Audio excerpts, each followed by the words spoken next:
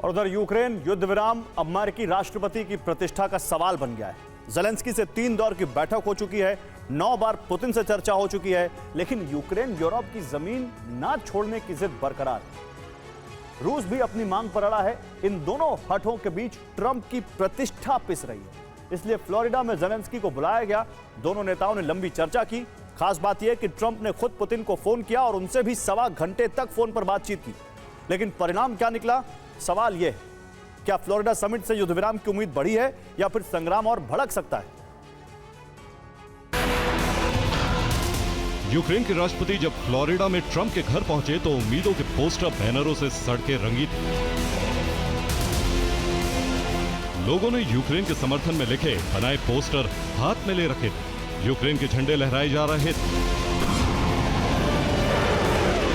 उम्मीद ये थी कि यूक्रेन की धरती पर बारूद बरसाती तोपें, टैंक और फाइटर जेट गरजना बंद कर देंगे।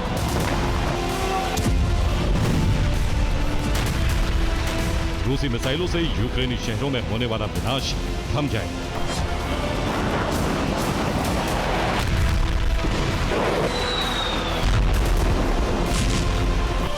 दोनों नेताओं ने मारे लागो में बैठक की।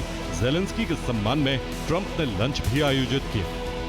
लेकिन 3 घंटे लंबी बैठक का परिणाम क्या निकला, यह खुद यूक्रेन के राष्ट्रपति ने बताया।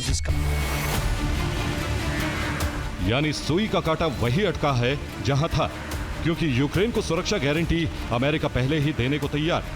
यूक्रेन को पुनर्निर्माण के लिए फंड भी देना तय हो चुका था। सैनिकों की संख्या भी पहले ही सीमित करके 8 लाख तय हो चुकी थी।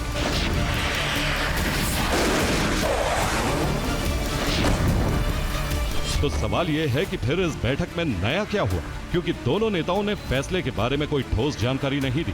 किसी भी बिंदु पर यह साफ नहीं कहा गया कि क्या फैसला होगा।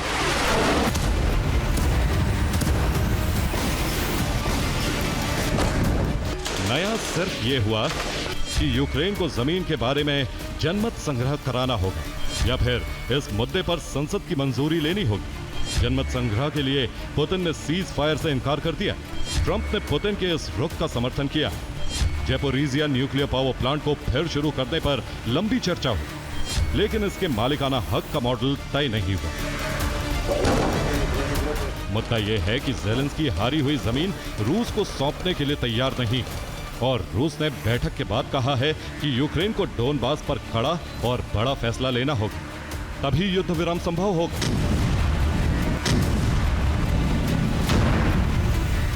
ज़ेलेंस्की फ्लोरिडा बैठक में यूरोपीय नेताओं की मौजूदगी चाहते थे, तो ट्रंप युद्ध विराम के प्रयासों में रूस को साथ लेकर चल रहे हैं।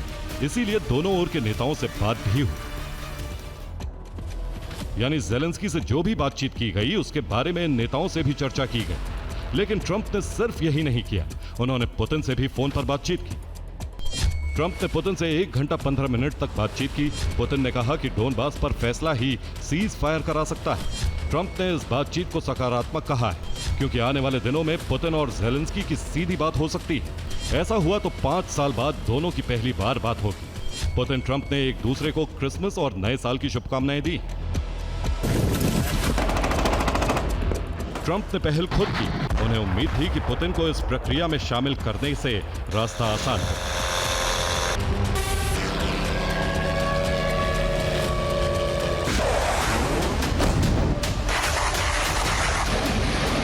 ज़ेलेंस्की चाहते हैं कि युद्ध विराम में यूक्रेन की संप्रभुता को औपचारिक मान्यता दी जाए। यूक्रेन की जमीन पर कोई फैसला ना लिया जाए। इस वक्त जिस देश की सेना जहां है वहीं रुक जाए और उसे लाइन ऑफ कंट्रोल घोषित कर दिया जाए। लेकिन रूस का कहना है कि जीती हुई जमीन को रूसी जमीन घोषित करना होगा। रूस चाहता है कि यूक्रेन डोनबास रूस को सौंप दे। इसके बदले में रूस बाकी की जीती हुई जमीन छोड़ने पर विचार कर सकता है। रूस ने करीब 19% यूक्रेनी धरती पर अपना कब्जा जमा लिया। अगर रूस डोनबास के बदले बाकी जमीन छोड़ने पर सहमत होता है, तब भी यूक्रेन को बड़ा नुकसान होगा, क्योंकि उसके मारियोपोल और बर्दियांस्क जैसे बड़े व्यापारिक बंदरगाह रूस के हिस्से में चले जाएंगे।